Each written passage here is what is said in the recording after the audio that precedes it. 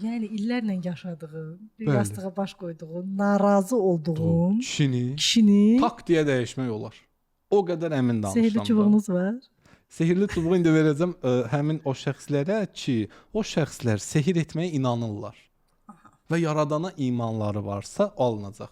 Amma iman və inanc yoxdursa alınmır. Yəni düzəlmək istəyənləri Tanrı düzəldir. Düzəlmək istəməyənlərə heç şeytan da kömək eləmir. Aydındır. Bəli. Deyin görək. Buradakı sir nədir? İlk öncə bu qadın öz reallığını qəbul etməlidir. Yəni götürür bir dənə kağızı. Ora yazır ki, mən kiməm?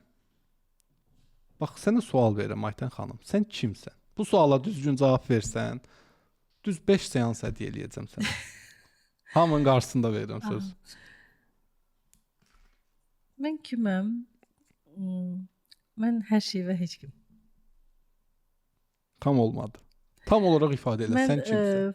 Baxın, mən Bu kimdə oturub qarşımda belə? mən statuslarımı saymaqla özümü kimliyimi təsdiq etmiş olmuram axı. Düzdür. Yəni atsaq O səni mənim Rusiyaya, statuslarım olur, hə. bütün statusun itəcək.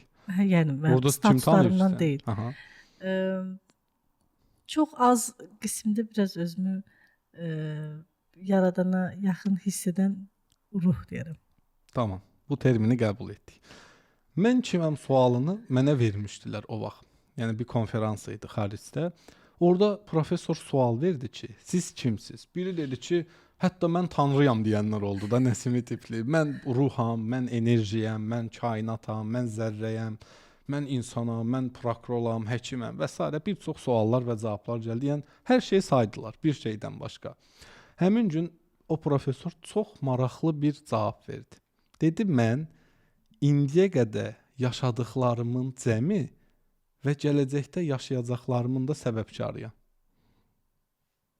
Aytən, indiyə qədər yaşadıklarının cəmidir. Uşaqlıqdan bu ana qədər, bu masaya qədər nə yaşamısan, o sənsən, səni formalaşdırıb. Ağrı, acı, kədər, sevinç, göz yaşı, xoş günlər, toy, evlilik, yas, itki, ölüm, doğum, hamısı bir yerdə Aytəni yaradır. Hiss etdiklərim və Hər gördüklərimin şeyi toplasaq sənsən. Eyni zamanda bu gələcəyin səbəbkarıdır. Yaşayacaqlarının da səbəbkarı burada oturub. Doğru. İndiyə qədər olanlar bunu yaratdı. İndən belə olacaqları isə bu yaradır. Sən yaradırsan. Yəni sən busan. İndi mən kiməm sualından tapandan sonra bu insan başa düşməlidir ki, mən dəyər görməmişəm. Net acı reallığı qəbul eləməlidir. Özünü aldatmasın. Özünlə səmimi olsun. Bəli, ilk öncə o dəqiqə başlamasın da mən dəyərliyəm falan, afirmasiyalara keçməsin. İlk öncə özünü qəbul eləyirsən ki, bu nasazlıqlarım var da, mən əslində dəyər görməmişəm, sevgi görməmişəm, atam buydu, anam buydu. Birinci qəbul.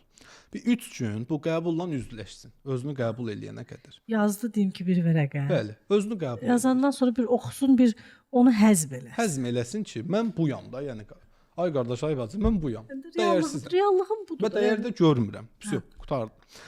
Daha sonra bu keçir növbəti vərəqə. Növbəti kağızda qeyd eləyir ki, mən nə olmaq istəyirəm. İndiyə qədər buydu, dəyərsiz idi. Deyək Murad buydu. İndi Murad qeyd eləyir ki, bəs mən kim olmaq, nə olmaq istəyirəm? İndi bunları qeyd eləyir.